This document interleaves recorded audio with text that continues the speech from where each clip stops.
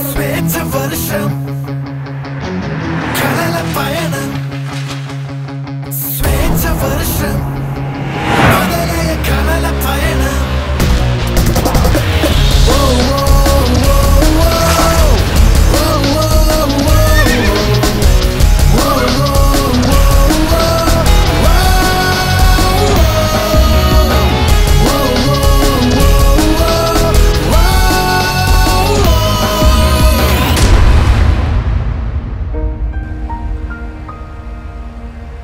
నువ్వు నో అంటే ఆ క్షణంలో నేను పడే బాధ కన్నా చెప్పకపోతే లైఫ్ లాంగ్ నేను పడే బాధ ఎక్కువ అని నాకు ఇప్పుడు అర్థమైంది.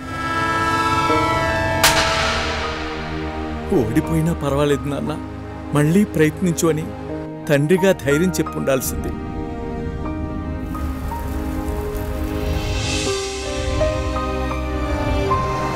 బావ నీకో మాట చెప్పనా, అమ్మాయి పడకపోతే అమ్మాయిని మార్చేయాలరా.